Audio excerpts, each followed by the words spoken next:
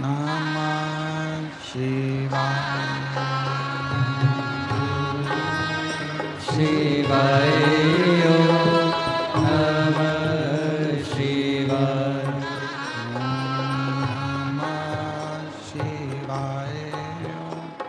नमः शिवाय नमः शिवाय नमः शिवाय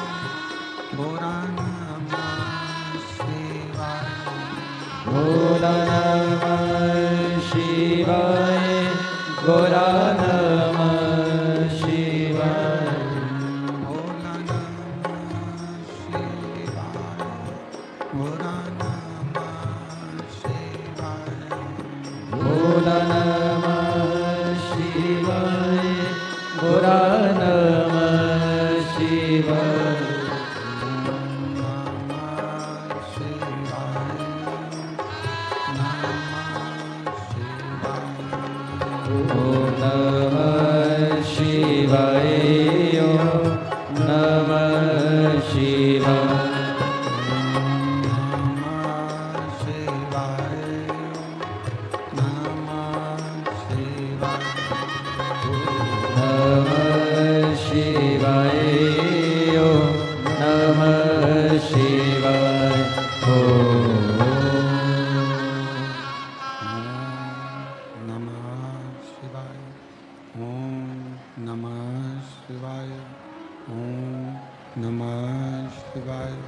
विश्वनाथ भगवान की, महाकालेश्वर भगवान की, ओमकारेश्वर भगवान की, कुबरेश्वर महादेव की। हर हर महादेव, हर हर महादेव, हर हर महादेव, हर। काशी विश्वनाथ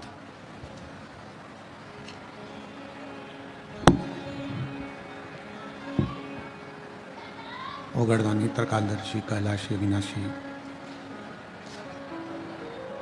भगवान शिव, जिनकी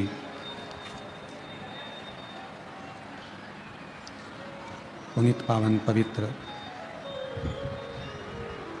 शिव महापुराण की कथा बाबा देवादिदेव महादेव की कृपा से, करुणा से, उनकी उदारता से बेजापुर महाराष्ट्र की ये पवित्र धरा, जहाँ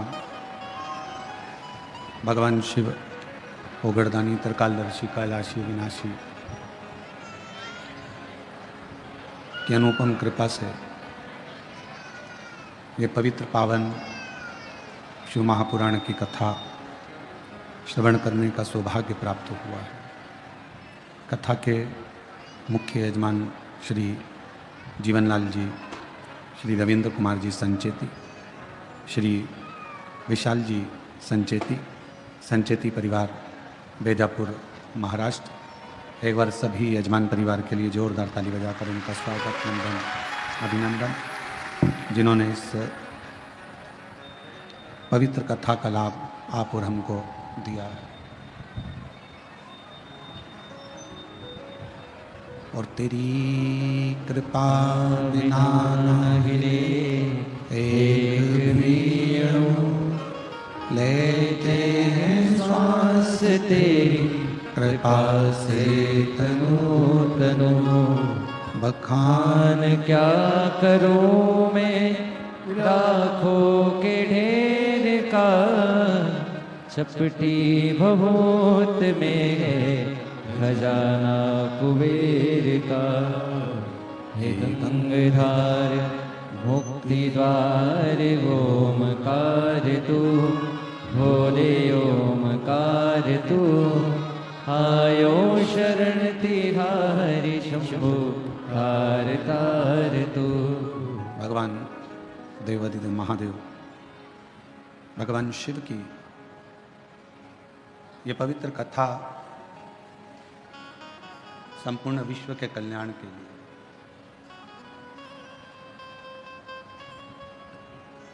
और उसमें माध्यम बनाया संचेती परिवार को।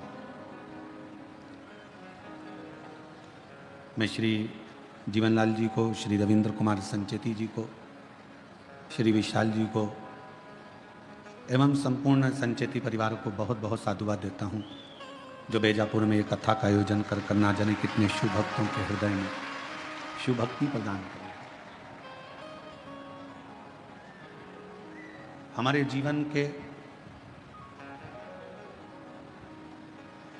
3 गहने हैं जो बड़ी कीमती हैं, और ये 3 गहने जिसकी भी जिंदगी में होते हैं उसको कभी भटकना नहीं पड़ता। शिव महापुराण की कथा कहती है, वह 3 गहने जिसने अपने शरीर पर, अपनी जिंदगी में, अपने मन पर, अपने चित्त पर और अपने जीवन में उतार लिया, फिर उसको कभी भटकना नहीं पड़ा। जैसे कोई आभूषण का श्रृंगार ऐसा होता है जिसके श्रृंगार से हमारी सुंदरता होती है। जैसे स्त्रियों के कान के कुंडल हो गए, मस्तक का बोर हो गया, बिंदा, नाक की नथनी हो गई, गले का मंगलसूत्र हो गया, हाथ का चूड़ा हो गया, पांव की पायल हो गई।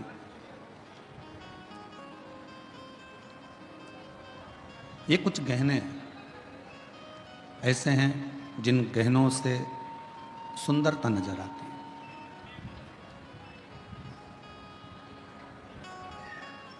पुरुषों में भी कुछ गहने ऐसे हैं जिससे उनकी सुंदरता दिखती है, जैसे हाथ की अंगूठी हो, ब्रेसलेट हो, घड़ी हो, हाथ में बंधा हुआ कोई कलेवा, नाड़ा, लच्छा हो।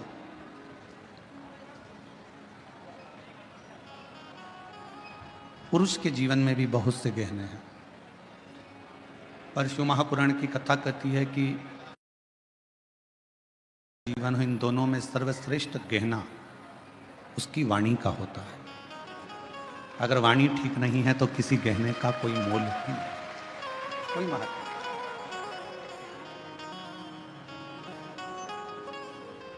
खूब सारा श्रृंगार भी आपने धारण कर कर रख लिया, खूब अच्छा पहन भी लिया, और मालूम पड़ा आपकी वाणी ही ठीक नहीं है, तो फिर क्या मतलब।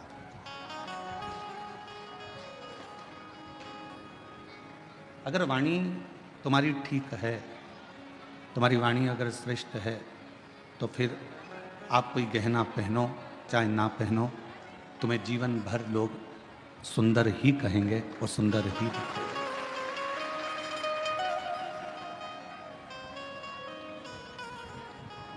वो वाणी का गहना हमारे जीवन की सबसे बड़ी सुंदरता है, और इन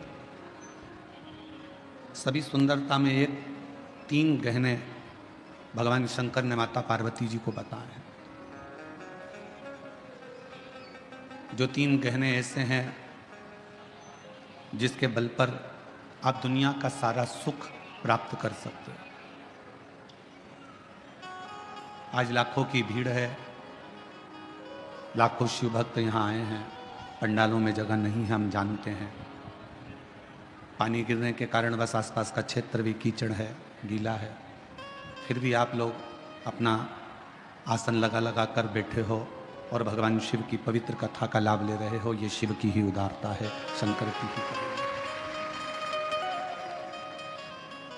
शिव जी ने पार्वती जी को 3 गहने बताए कि जिस मनुष्य के पास में जो 3 गहने होंगे वो मानव अपनी मंजिल तक पहुंचेगा और सारा सुख प्राप्त कर लेगा।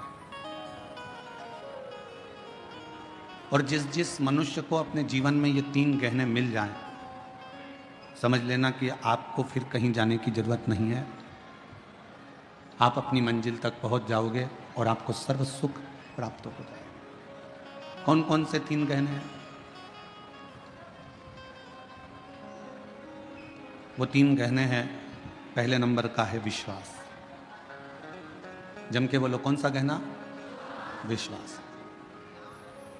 आवाज नहीं आई, फिर से बोलो, विश्वास। शिव जी ने पार्वती जी को 3 गहने बताए, उसमें से पहले नंबर का गहना है विश्वास। और वो विश्वास किस पर होना चाहिए? एक विश्वास होना चाहिए अपने आप पर कि मैं जो करूंगा वो अच्छा ही करूंगा और मुझे उम्मीद है कि मैं एक ना एक दिन अच्छा कर कर रहूंगा। ये विश्वास।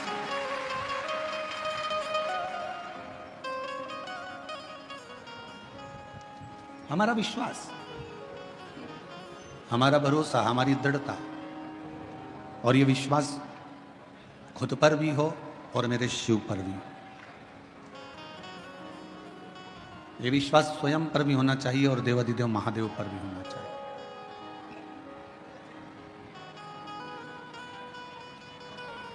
और जब हमारा विश्वास, जब हमारा भरोसा, जब हमारी दृढ़ता बढ़ जाती है, जब हमारा विश्वास, हमारी दृढ़ता बढ़ जाती है, तब निश्चित है कि हम जो नहीं भी कर सकते हैं वो शिव जी की कृपा से कर दिखाते हैं और मंजिल तक पहुंच जाते हैं।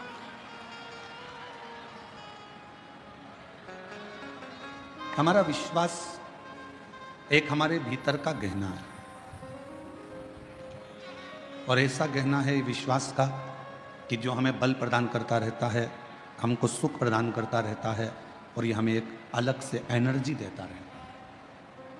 और शंभु शरणे पड़ी मांगू घड़ी रे घड़ी, दुख काटो दया करी निदर्शन आपो। ओ शंभु शरणे पड़ी मांगो घड़ी रे घड़ी, दुख काटो दया करी निदर्शन आपो। 3 गहनों में पहले नंबर का गहना विश्वास का है। अब शिवजी ने पार्वती से कहा दूसरे नंबर का गहना जो मनुष्य के पास होना चाहिए वो है उसकी मेहनत का गहना। दूसरा गहना है उसकी मेहनत का, उसका परिश्रम, उसकी मेहनत। ये दूसरे नंबर का गहना है, आपकी मेहनत का गहना। यदि आप थोड़ी सी भी मेहनत कर रहे हो, थोड़ा सा भी परिश्रम अपनी जिंदगी में कर रहे हो, तो ये निश्चित है कि आप अपनी मंजिल तक भी पहुंचोगे और आपको आपका लक्ष्य भी प्राप्त होगा। फिर शिवजी ने तीसरे नंबर का गहना बताया। पार्वती जी से कहा, पार्वती तीसरे नंबर का गहना है सब्र, थोड़ा इंतजार, थोड़ी प्रतीक्षा। ये तीसरे नंबर का गहना है आपका सब्र। पहले नंबर पर है, जम के बोलो, विश्वास। दूसरे नंबर पर है मेहनत, और तीसरे नंबर पर है सब्र, थोड़ा इंतजार। जब आपने विश्वास कर लिया, भरोसा कर लिया, फिर आपने मेहनत कर ली, और मेहनत करने के बाद भी अगर आपको फल नहीं मिल रहा है, विश्वास करने के बाद भी यदि आपको फल प्राप्त नहीं हो रहा है, तो फिर थोड़ा सा इंतजार करना, मेहनत करते रहना, विश्वास करते रहना, फिर थोड़ा इंतजार करना, और इंतजार का फल जब मिलेगा तो जीवन एकदम आनंदित हो जाएगा, फिर दुख नहीं। शिरडी के साईं बाबा का एक मूल मंत्र है, श्रद्धा सबूरी। श्रद्धा होना चाहिए और सबूरी होना चाहिए, थोड़ा प्रतीक्षा, थोड़ा इंतजार। जिसका इंतजार रहता है ना, और उससे अगर मिलन हो जाए तो उससे मिले हुए 10 घंटे, 12 घंटे, 8 घंटे, 4 घंटे थोड़े से लगते हैं। इतनी जल्दी। फिर 4 बजते से ही अपनी अपनी दरी संभाली, बेग पीछे करा, दरी संभाली, बेग पीछे करा। मैं संचेती परिवार विशाल जी की मम्मी जी से कहूंगा आपसे, एक बार रात्रि के समय पर यहाँ आकर दर्शन जरूर करना। ऐसा योग कभी दूसरी बार बीजापुर में नहीं बनने वाला जो दर्शन का योग है। आप आइए, आप शिव जी की परम भक्त हैं, विशाल जी की माता जी शंकर जी की परम भक्त हैं। कई सालों से सोमवार का व्रत चाहे कुछ भी हो गया, जिंदगी भर नहीं छोड़ा है, सोमवार का व्रत आज तक कर रहे हैं।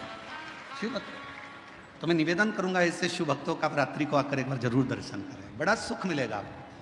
4 बजते से ही बेग पीछे खसकाया, और इतनी ऐश और आराम की जिंदगी की, कोई बजू वाला जा रहा हो ना कहीं तो जाते हैं तो मेरी बोतल ले जा, पानी भर लाना।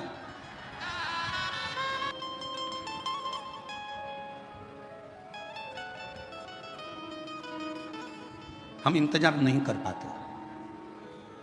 आज के व्यक्ति के जीवन में सबसे बड़ी उलझन केवल एक ही है कि वो इंतजार करना नहीं जानता। वो इंतजार करना नहीं जानता।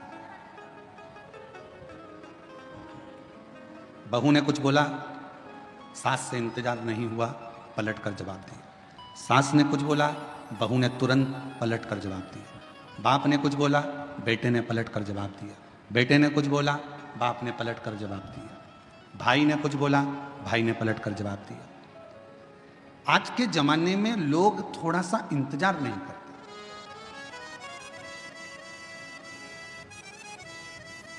भगवान ने कितनी बड़ी कृपा करी है, आपको सर भी दिया है तो सर में दिमाग भी दिया। अरे बोलो तो जम के, दिया कि नहीं दिया? अगर ये सिर भगवान ने दिया है तो साथ में तुमको दिमाग भी दिया। नहीं तो सिर तो एक माचिस की तीली का भी होता है। देखिए माचिस की तीली, बोलो बोलो जम के बोलो, देखिए माचिस की तीली।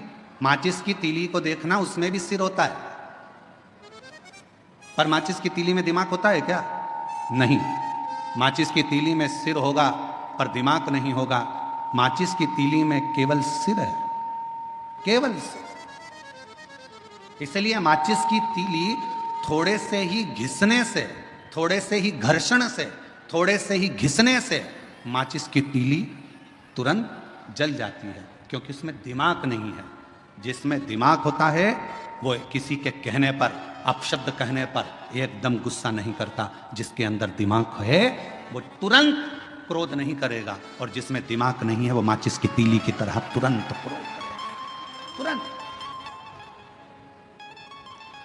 थोड़ा सा किसी ने कहा और क्रोध आ गया, थोड़ा सा किसी ने बोला और गुस्सा आ गया। समझ लो कोई तुम्हें घिस रहा है, माचिस की तीली हो तुम, तुम्हारे में अंदर केवल सिर तो है तुम्हारा पर दिमाग नहीं है। किसी ने तुम्हें घिसा, आप शब्द बोला, ताने दिए, आड़ा टेढ़ा बोला। माचिस की तीली तो बारिश में गीली भी हो जाती, तो उसको 2-4 बार तो घिसना ही पड़ता है। तो किसी ने तुम्हें घिसा, किसी ने ताना दिया, गाली दी, अपशब्द कहा, बुराई करी, तुम्हें घिसता गया और तुम्हें एकदम गुस्सा आ गया। समझ लेना कि तुम मनुष्य नहीं हो, तुम केवल एक माचिस की तीली हो। मनुष्य होते तो किसी के घिसने पर तुम्हें क्रोध नहीं आता, तुम्हें अपशब्द नहीं निकलते, तुम्हें गाली नहीं देते, तुम आड़ा टेढ़ा नहीं बोलते, क्योंकि तुम माचिस की तीली नहीं, तुम मानव की देह लेकर पैदा हुए, मनुष्य की देह, मानव हो तुम। कोई बोल भी दिया आड़ा टेढ़ा, कोई कह भी दिया अपशब्द, कोई बोल भी दिया, ताने भी दे दिया, किसी ने आड़ा टेढ़ा भी कह दिया, अपशब्द भी कह दिया, कोई बात नहीं। समय का थोड़ा सा इंतजार करो, थोड़ा सा।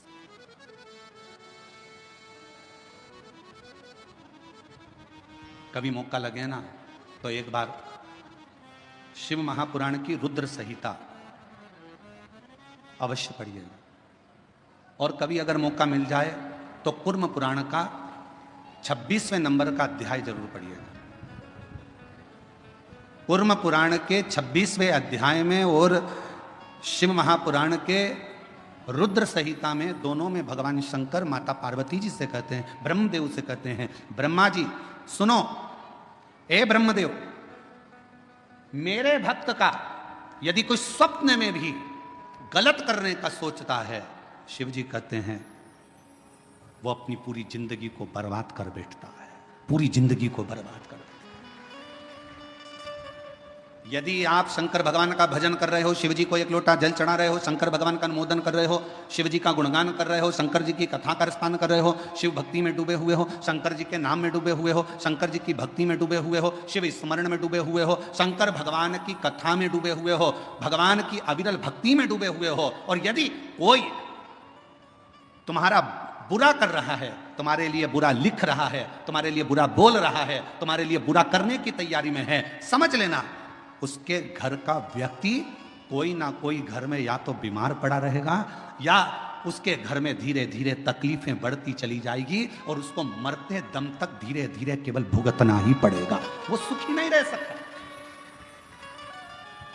ये सियोर वाला महाराज नहीं कह रहा है, ये पंडित प्रदीप मिश्रा नहीं कह रहा है, यह कह रही है शिव महापुराण की रुद्र संहिता, यह कह रही है कूर्म पुराण का 26वें नंबर का अध्याय वर्णन कर रहा है। स्वयं भगवान शंकर ब्रह्मा जी से कहते हैं, मेरे भक्त का यदि कोई स्वप्न में भी बुरा करने का सोचता है, बुरा बोलने का सोचता है, बुरा कहने का सोचता है, तो उसने अपने पूरे परिवार को डुबोने का विचार कर लिया, उसका परिवार सुखी नहीं रह सकता, तन से, मन से और धन से वो बर्बाद होता ही रहता है।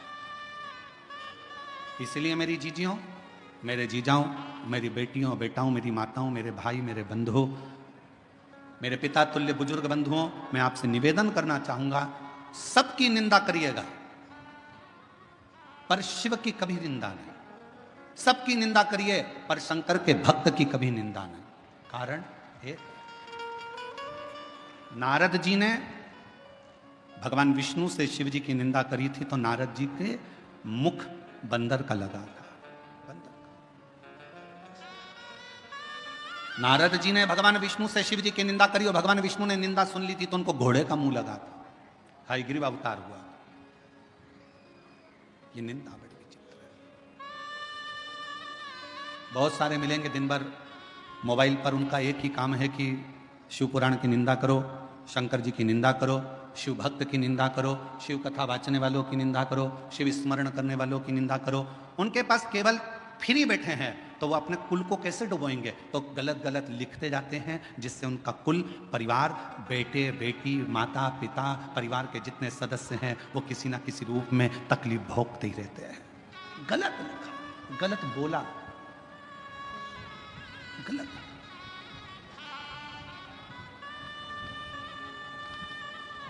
अच्छा एक बात पूछें आपसे, सब उत्तर देना। कोई व्यक्ति की लड़ाई हो गई किसी व्यक्ति से और तुम पास में खड़े थे और खड़े होकर तुमने केवल इतना सा कहा, दे 2-4 और दे, बोलो केस बनेगा कि नहीं बनेगा तुम पर? अरे जम के तो बोलो, बनेगा ना। क्यों बनेगा? तूने प्रोत्साहन दिया, तुझे बोलना था बंद कर, पर तूने कहा दे और दे 2-4 और दे।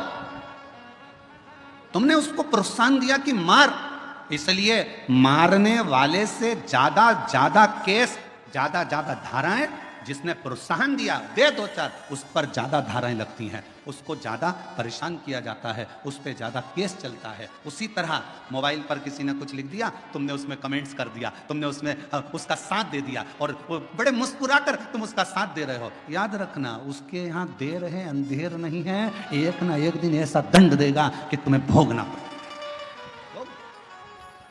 कोई गलत लिख रहा है, डिलीट हो जाओ, ब्लैक लिस्ट में डालो, खत्म। फुल एंजॉय की जिंदगी जियो, हम शिव के शिव हमारे, हमें क्या करना? आग लगे बस्ती में अपन रहो मस्ती में।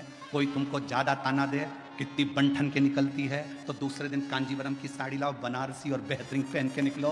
और आग लगे तो अच्छी बात, अपन तो वोट ठाट से रहो। कई लोगों की आदत होती है, किसी को कोई कमेंट्स कर देता है तो वो बिल्कुल हल्की साड़ी पहने, हल्के तरीके से रहे बेचारा कि भैया कमजोर लोग ताने दे रहे हैं, लोग अपशब्द करें। आग लगे बस्ती में, अपन रहो मस्ती में, ताना देने वाला देता रहेगा। जिंदगी हो गई। शंकर भगवान माता पार्वती जी के साथ में भ्रमण पर निकले। शिव जी नंदी पर पार्वती के साथ बैठकर जा रहे थे तो किसी ने कह दिया बताओ दोनों एक नंदी पर बैठे।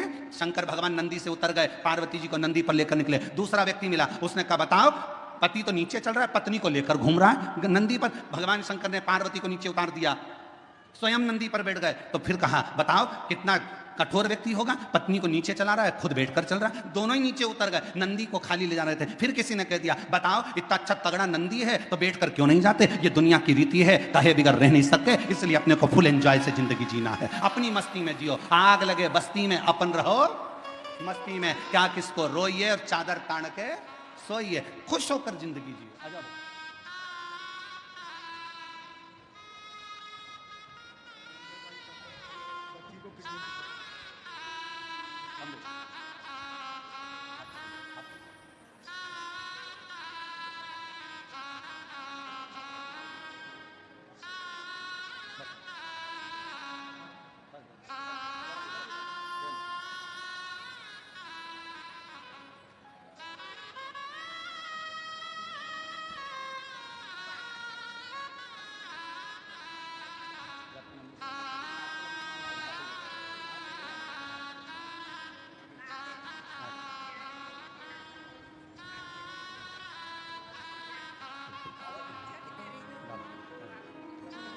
यही बच्ची है जिसकी किडनी बचपन से ही बेकार थी। डॉक्टर ने किडनी बदलने का कह दिया था, ऑपरेशन का। और नासिक की कथा को श्रवण करने के बाद बाबा पर भरोसा कर कर शिव पर आश्रित हुई और शिव जी की कृपा से डॉक्टर ने कह दिया किडनी ने काम करना चालू कर दिया, दवाई गोली बंद हुई और बाबा की कृपा से स्वस्थ हुई। एक बार जोरदार ताली बजा सा। और शंभु शरणे पड़ी मांगू घड़ी रे, दुख काटो दया करी दर्शन आपो।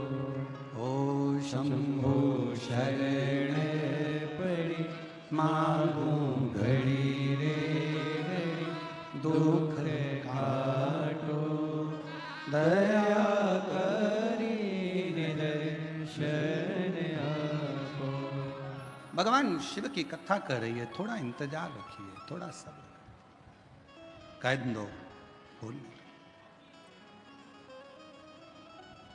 और फिर निवेदन करूं इस बैजापुर की बेलपत्र शिव महापुराण की कथा से, 33 कोटि देवताओं में और देवियों में सबसे ज्यादा यदि किसी को सुनने को मिला है तो मां पार्वती और देवादिदेव महादेव को सुनने को मिला है। पार्वती जी अपनी सहेलियों के घर भी जाती थी ना, बेस्ट फ्रेंडों से मिलने भी जाती थी तो पार्वती को नीचा दिखाया जाता था। हम नहीं कर रहे, पुराण कर। एक बार पार्वती जी अपनी सहेली के यहां पर चली गई, मां लक्ष्मी के यहां, और लक्ष्मी जी बैठी हुई थी और पार्वती जी को देखकर बोली पार्वती तेरे भी भाग्य बड़े विचित्र हैं री, पति भी मिला तो अड़भंगा मिला, नग्न वेशधारी, जटा जूड़ बांधने वाला, भस्म रमाने वाला। मेरा घर देख, मेरे पति को देख, मेरे घर में सोने के सिंहासन, सोने के पर्णकोटे, बैकुंठ देख, सोने की दीवारें, सोने के कलश, सोने के द्वारे, सोने के फाटक, सोने की खिड़की, सब सोने का बना है। और पार्वती जी बोली मुझे सोने से मतलब क्या है, मेरा तो जो पति है वो ही गोल्ड है, तो मुझे करना क्या है, जब मेरा पति ही गोल्ड है तो मुझे करना क्या इस गोल्ड में, क्या करूं।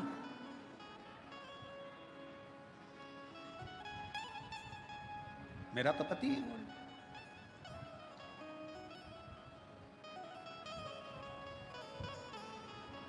वो कहते हैं भोलेनाथ ब्यूटी फूल।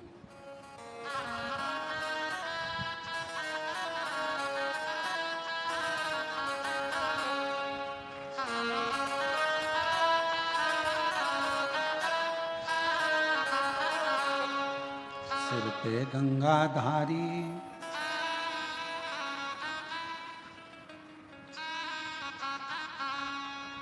क्या बोलते सले, मस्तक पे गंगा सिर पे ले ले, कल्याण उनका कर दे भोलेनाथ ब्यूटीफुल।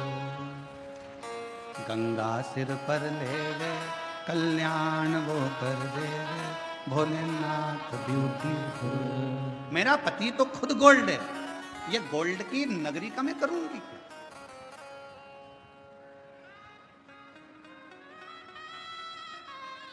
पति की निंदा करी, पार्वती जी से सहन नहीं हुआ, पार्वती जी चली।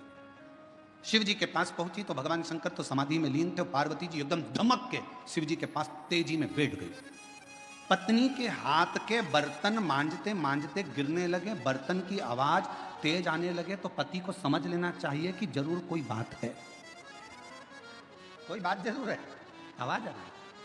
पार्वती जी धम्म से बैठी, शिव जी समझ गए कोई बात जरूर है। क्या हुआ है? पार्वती जी से पूछूंगा तो अभी अलविवाद छिड़ जाएगा, तो बोले ना बोले कुछ नहीं, थोड़े से उधर खसक गए। जैसे ही खसके तो पार्वती जी और उधर खसक गए। शिव जी ने सोचा बात कुछ ज्यादा ही बड़ी है, तो शिव जी और उधर खसके तो पार्वती जी और खसक गए।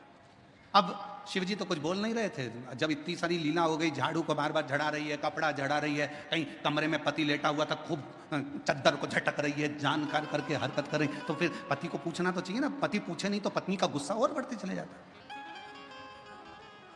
और फिर धीरे धीरे वो गुस्सा कहां पर जाता है? बच्चों पर। अपना बैग सही जगह पर रख, हट यहां से, उठा। और तुम्हारे पिताजी की नौकर नहीं लगी हो कि टिफिन यहां पटक दिया, बैग वहां पटक दिया, जूते यहां पटक दिया? उठाओ अपने अपने जूते, नहीं उठाना, जा रख। इतने में वो सो रहा था, धीरे से चद्दर में से झांक के देखा और उसके स्मरण में आया, अम्बे तू है जगदम्बे, जय वो बेजापुर वाली, सब उतारे तेरी। उसके समझ में आ गया आज जरूर कोई बात है, इसके मन में कोई प्रश्न है और बहुत जोरदार। तो पार्वती जी से शिव जी ने पूछा नहीं, पार्वती जी नजदीक में आई, तब शंकर भगवान ने देखा कि ज्यादा बात बढ़े उससे अच्छा पूछ लेता हूँ। शिव जी ने पूछा, पार्वती क्या हुआ? तुम तो अपनी बेस्ट फ्रेंड के यहाँ गई थी और तुम तो कह रही थी मेरी फ्रेंड बड़ी अच्छी, मेरी फ्रेंड बड़ी अच्छी, क्या हुआ? पार्वती जी बोली, मेरे को एक सोने का महल बनवा दो नाथ। शिव जी मन में सोचे, मेरे को पहले ही मालूम था, ये मुझे मालूम, क्या करेगी महल का? उसमें रहूंगी। अच्छा, शिव जी ने कहा ठीक है कोई बात नहीं, तेरे मन की बात है, अभी बनवा देता हूं। विश्वकर्मा जी को बुलाया। पार्वती जी बोली, अब विश्वकर्मा जी आ गए ना, अब मैं समझ लूंगी। बस पति एक बार पत्नी को सुनार की दुकान पे ले जाए, फिर बेचारा पति कुछ नहीं बोल पाता, जो बोलती है पत्नी बोलती है। वो बेचारा कुर्सी पर बैठा रहता है। सुनार भी ऐसा होता है, चाय मंगवाएगा, साहब को चाय पिलाओ, क्योंकि पैसा वही देगा, साहब को चाय पिला, चाय पिला। पत्नी को सामने बिठाएगा, हाँ जी बताओ, ये 4 अंगूठियां हैं, ये हाफ सेट है, 1 तोले में ये भी आ सकता है, 1.5 तोले में ये आ सकता है, 2 तोले में ये आ जाएगा। इतने में पत्नी ने जो गले में पहन के देखा, पति से बोली कैसी लग रही हूं? पति बोले बहुत बढ़िया। बस तो करवा चौथ पे ले लूं मैं? पति ने कहा ले ले। अब करवा चौथ पे पत्नी ने हार पहना, छत पे गई, पति की पूजन करी, चलनी में मुंह देख रही थी पति का, पति उसके हार को देख रहा था, वो मुंह देख रही थी, वो हार देख रहा था। और पति ने चंद्रदेव को प्रणाम कर कर कहा, रे गजब कर दिया, 2 लाख का करवा चौथ हो गया। सोचे देखे सुख क्या। और जैसे ही पत्नी ने सिर पे पल्लू लेके फिर पति के, अरे बोलो तो, पति के, ये पति के चरण छू रही थी। पति चंद्रदेव को प्रार्थना कर रहा था, जैसे आज छू रही है, रोज क्यों नहीं कर देता? ऐसी कृपा। अब शिव जी ने कहा, मैं बुलवा देता हूं, लाओ। विश्वकर्मा जी को बोला, विश्वकर्मा जी आओ जरा। जैसे विश्वकर्मा जी आए, कह दिया पार्वती जी ने, अब मैं बता देती हूँ कैसा। और बनवा दे रे भोला सोने की एक नगरिया। 3 कहने मेरे भगवान शंकर ने कहे हैं। पहला विश्वास, दूसरी जम के बोलो मेहनत, और तीसरे नंबर पर है सब्र। ये जब 3 गहने हमारे पास में रहे तो जीवन का सुख अपने आप प्राप्त होता। और शिव तो शिव है, कुछ नहीं रखते अपने पास में, सब देते। बस आप उसके नाम का स्मरण करते चलो, उसको पुकारते चलो, श्री शिवाय नमस्तुभ्यम कहते चलो। अगर अपनी किस्मत का ताला खोलना है तो भगवान शिव का स्मरण करते चलो।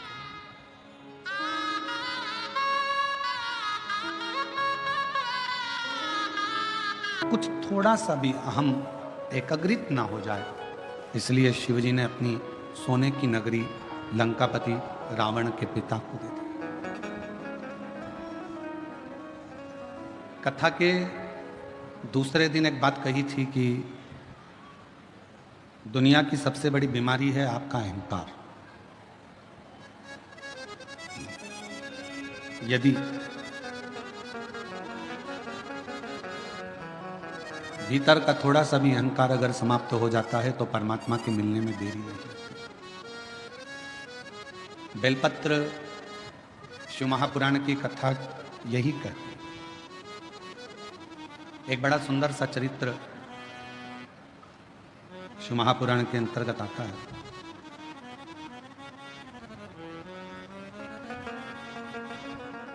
चतुर्मास का समय था, जैसे चातुर्मास प्रारंभ होने वाला है और चातुर्मास का क्रम चालू होगा। जो संत होते हैं, साधु होते हैं, तपस्वी होते हैं, साधक, उपासक, व्रती होते हैं, वो एक ही जगह पर अपने 4 महीना चातुर्मास का भजन कीर्तन स्मरण जप तप साधना करते हैं, एक ही स्थान। वो कहीं जाते नहीं है।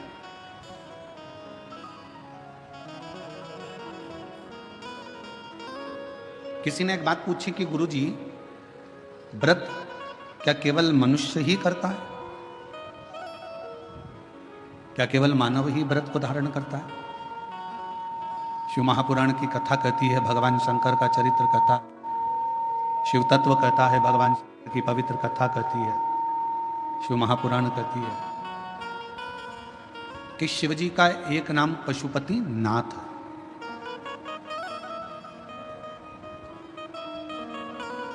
शिव को पशुपति नाथ भी कहते हैं, अर्थात 33 कोटि देवताओं को पशु बनाकर स्वयं उनके पति बनकर तारकासुर के 3 बेटे तारकाक्ष, विदुमाली और कमलाक्ष की, इन तीनों का संहार मेरे शिव जी ने करा।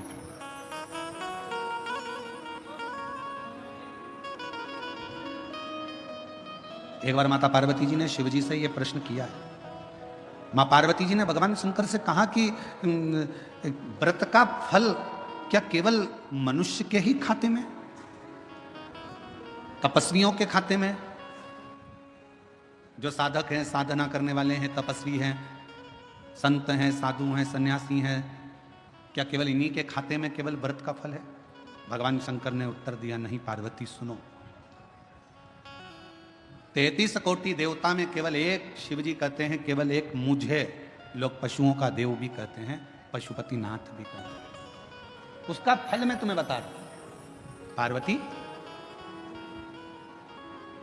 शिवरात्रि, प्रदोष, सोमवार की अष्टमी, श्रावण, भादो, कुंवार, कार्तिक, चातुर्मास, ये जितने भी बड़े बड़े व्रत साधन जो आते हैं, इन साधनों में मनुष्य तो व्रत करता ही है, संत, साधु, सन्यासी, तपस्वी तो साधना करते ही हैं, पर साथ में मान लो कोई स्वान है, कुत्ता है, कोई जीव है, कोई जंतु है, और मालूम पड़े कि आज शिवरात्रि का दिन है या प्रदोष का दिन है या सोमवार का दिन है, और वो सुबह से उसको कुछ भी खाने को नहीं मिला, भूखा है, प्यासा, उसको कुछ भी नहीं रहा, उसको कुछ प्राप्त ही नहीं हुआ। शिव जी कहते हैं, पार्वती मान लो अगर प्रदोष का दिन है और कोई पशु को अगर कुछ मिला नहीं है, अनायास, शिव तो अनायास कृपा करने वाले हैं। शिवरात्रि की कथा ये कहती है कि एक भील हिरण को मारने के लिए पेड़ पर चढ़ गया, बेलपत्र का पेड़ था, नीचे शंकर का शिवलिंग था, छाजल में जल था, रात भर पानी गिरता रहा, बेलपत्री का पेड़ हिलता रहा, उसमें से पत्ते नीचे गिरते रहे, और प्रातः में शिवजी प्रकट होकर उस भील पर करुणा कर देते। ये तो शिव कथा तो अनायास कृपा करने वाली है, अचानक करुणा करने वाली है, अचानक दया करने वाली। कोई पशु है, कोई पक्षी है, कोई जलचर है, कोई थलचर है, कोई वायुचर है, कोई ऐसे जीव हैं जो तिथि पर मान लो भूखे हैं, प्यासे हैं। शिव कहते हैं पार्वती जितना मनुष्य को व्रत का फल प्राप्त होता है, शिव कहते हैं उससे 4 गुना ज्यादा फल मैं पशुओं और पक्षियों को भी प्रदान कर देता हूं, उससे 4 गुना ज्यादा।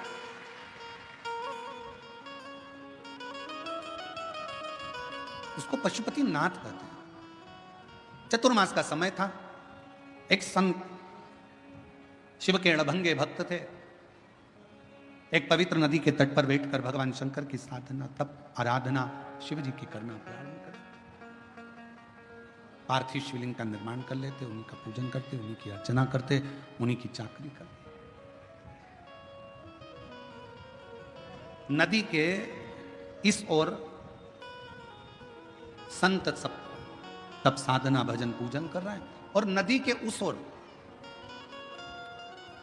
एक परिवार रहता था जिसमें एक बालक रहता था जिसका नाम था शिवानंद। क्या नाम है बालक का? शिवानंद। और शिवानंद बालक रोज माँ जब कपड़े धोने के लिए आती, वस्त्र धोने के लिए आती, नदी पर कोई स्नान करने के लिए आती, तो शिवानंद बालक सामने घाट पर बैठे हुए संत को तप करते हुए देखता, पार्थिव पूजन करते हुए देखता, तो उसके मन में भाव जागृत हो गया कि एक बार मैं संत का दर्शन कर। और मैंने तेरे ही भरोसे बाबा, तेरे ही भरोसे हवा बिच उड़ती जावांगी, बाबा डोर भतो छड़ी नाम कटी जावांगी। भोले मैं तेरी पतंग, शंभू मैं तेरी पतंग। शिवानंद बालक ने नौका ली, मैया को आज घाट पर ही छोड़ा, और मैया को घाट पर छोड़कर शिवानंद बालक नाव को लेकर घाट के उस पार, शिवानंद बालक नाव लेकर घाट के उस पार पहुंच गए। संत बैठे थे, शिव की आराधना कर रहे थे, शंकर का तप कर रहे थे, साधना में लगे, शिव की भक्ति कर रहे थे। देखा बहुत देर तक बैठा रहा। थोड़ी देर बाद उसने संत के चरणों को प्रणाम किया, पूछा कौन हो बालक तुम, कहां से आए हो, कहां रहते हो? बालक ने कहा मैं नदी के उस पार रहता हूं और मेरा नाम शिवानंद है। आपको आराधना करते हुए देखकर मेरा मन करा कि एक बार मैं आपको प्रणाम कर नमन किया, चले गया। अब तो शिवानंद का रोज का नियम बन गया। शिवानंद अब रोज उधर जाता, उधर से फिर इधर आता, फिर उधर जाता, फिर इधर आता। एक दिन शिवानंद ने अपनी माता को प्रणाम कर कर कहा, माँ मेरा मन है, चातुर्मास का समय चल रहा है, 4 महीने चल रहे हैं, मेरा दिल करता है माँ कि मैं वो संत जो घाट के उस पार है ना, उसकी सेवा करना चाहता हूं, मैं संत की सेवा करना चाहता हूं। ठीक है, माँ ने आज्ञा कर दी। बेटा शिवानंद संत के पास चला गया। संत दिन रात अपनी मस्ती में शिव स्मरण में लगे रहते थे। श्री शिवाय नमस्तुभ्यं, श्री शिवाय नमस्तुभ्यं, श्री शिवाय नमस्तुभ्यं, श्री शिवाय नमस्तुभ्यं, श्री शिवाय नमस्तुभ्यं, श्री शिवाय नमस्तुभ्यं, श्री शिवाय नमस्तुभ्यं, श्री शिवाय नमस्तुभ्यं। संत बैठे, शिवानंद बालक भी भगवान शिव की आराधना में डूबा रहता, भक्ति में। एक दिन शिवानंद बालक बेलपत्र के कुछ पत्र लेकर आ गया।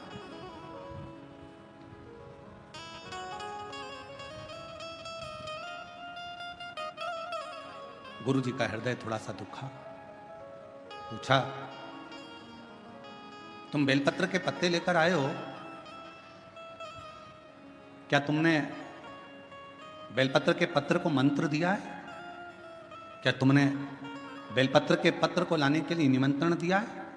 शिवानंद बालक बोला कि मैंने ना तो कोई पत्र दिया, ना कोई मैंने मंत्र दिया और ना कोई मैंने निमंत्रण दिया। बेलपत्र के पत्र को तोड़ने से पहले एक नियम है कि बेलपत्र के पत्र को वृक्ष से जब तोड़ा जाता है तो सबसे पहले उसको मंत्र दिया जाता है। क्या कहा जाता है? ओम नमः शिवाय। बेलपत्र के पत्र को पेड़ पे से जब तोड़ा जाता है तो ओम नमः शिवाय का नाद किया जाता है। और बेलपत्र के पत्र में, इसमें तो वो नहीं है गूठी, बेलपत्र का जब पत्ता टूटता है तो यहाँ एक गूठी आ जाती है। देखा है आप लोगों ने? जम के तो बोलो, देखा है? तो बेलपत्र के पत्र में जो गूठी होती है उसको भी जब तोड़ा जाता है, उस गूठी को जब अलग किया जाता है तब भी शिव मंत्र उसको दिया जाता है। ओम नमः शिवाय, ओम नमः शिवाय, ओम नमः शिवाय। वृक्ष पे से पत्ते को तोड़ा तो मंत्र दिया, गूठी को तोड़ा तो मंत्र दिया, और बेलपत्र के पत्ते को जब तोड़ा जाता है, मंत्र पत्ते को तोड़ने से पहले मंत्र प्रदान किया जाता है, और जब तोड़ा जाता है तो कहा जाता है, हे माँ पार्वती, हे माँ गोरा, चलो तुम्हें शिवजी ने बुलाया है मेरे कल्याण के लिए। माँ, आपको शंकर जी ने याद किया है, मेरे ऊपर बहुत दुख है माँ, कल्याण करिए, चलिए मेरे दुख को समाप्त करिए, निमंत्रण दो।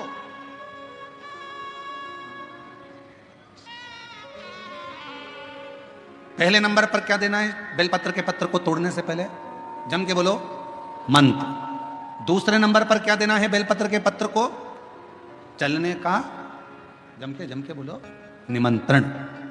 मां पार्वती जी से कहो, हे मां गोरा, हे मां पार्वती, हे मां चलिए, आपको शिव जी ने याद किया है। मां, हे मां पार्वती, हे मां गोरा, मेरे कल्याण के लिए, मेरे दुख को दूर करने के लिए, मेरी तकलीफों को हरने के लिए, हे माँ गोरा, मेरे कष्ट को समाप्त करने के लिए, माँ गोरा, मेरा भंडार भरने के लिए आपको शिव जी ने याद किया है, निमंत्रण दो।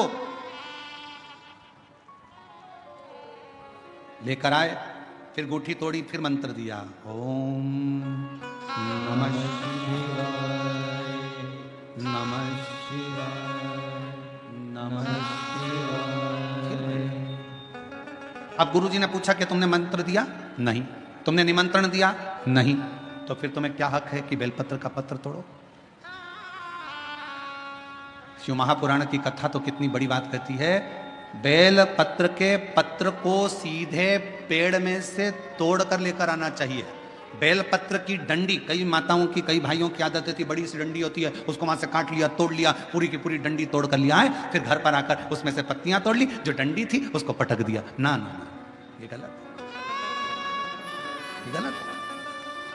वृक्ष से पत्तों को निमंत्रण देकर फिर तोड़ा जाता, और फिर लेकर आकर डूठी तोड़ते समय भी शिव मंत्र को दिया जाता। कुछ नियम है बेलपत्र के भी, उसको धारण करना चाहिए। कुछ जैसे डॉक्टर की गोली खाने के भी नियम होते हैं। डॉक्टर साहब लिखते हैं कि सुबह ये गोली लेना, शाम को ये लेना, ये भोजन के पहले लेना, ये भोजन के बाद लेना, और सुनो इसको गर्म दूध से ले लेना, इसको पानी से ले लेना। अब मालूम पड़े तुमने सोचा कि मैं एक काम करती हूँ, कहाँ मेरा टाइम बर्बाद करूंगी, सुबह लो, शाम को लो, दोपहर में लो, तो तुमने सारी गोली एक साथ खा गई, और फिर डॉक्टर के पास गई, डॉक्टर साहब मेरे को तो आराम ही नहीं लग रहा, मैंने 3 बार 15 दिन से गोली खा रही हूँ, 10 दिन से गोली खा रही हूँ। डॉक्टर साहब ने पूछा गोली खा रही हो तो क्या तुमने नियम धारण करा? हाँ, क्या क्या नियम धारण करा? सुबह की गोली सुबह खाई, भूखे पेट की भूखे पेट खाई, भोजन के बाद की भोजन के बाद खाई? नहीं नहीं नहीं, मेरे पास समय नहीं रहता, इसलिए सारी की सारी एक साथ खा गई। डॉक्टर ने कहा इसीलिए तो दवाई असर नहीं कर रही है, दवाई खाने का भी तरीका होता है। आवाज सेट नहीं है भाई, दवाई खाने का भी तरीका होता है, दवाई को खाने का भी एक तरीका है। उस दवाई को खाओगे, आनंद पाओगे, स्वस्थ हो जाओगे, रोग मुक्त हो जाएगा। तो दवाई के खाने का भी तरीका है। उसी तरह गुरु कह रहे हैं, संत ने कहा कि तुमने गलती करी, तुमने करी। पहले मंत्र दो, फिर से बोलो, पहले मंत्र, फिर निमंत्रण, फिर डूठी तोड़ते समय फिर मंत्र। ओम नमः शिवाय। ओम नमः शिवाय। ओम नमः शिवाय। फिर मंत्र के बाद निमंत्रण दो माँ पा। हे माँ गौरा, साथ में बोलो, हे माँ गौरा, हे माँ पार्वती, चलिए आपको देवाधिदेव महादेव बुला रहे हैं मेरे दुख को काटने के लिए, कष्ट को मिटाने के लिए, तकलीफों को मिटाने के लिए। माँ आपको शिव ने याद किया है। पत्र लेकर फिर शिव के पास चले। लाखों के दुखड़े जो तू हर गया डमरू वाले, मेरे दुखड़ों को देख कर क्यों डर गया डमरू वाले। चलो माँ। क्या तुमने निमंत्रण दिया? नहीं। क्या तुमने मंत्र दिया? नहीं।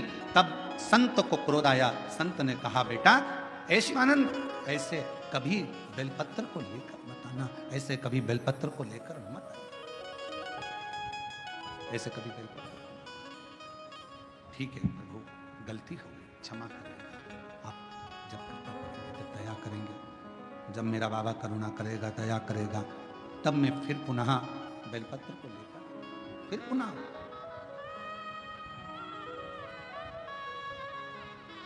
अब शिवानंद जैसे संत ने बताया था वैसे की वैसे ही करने लगे।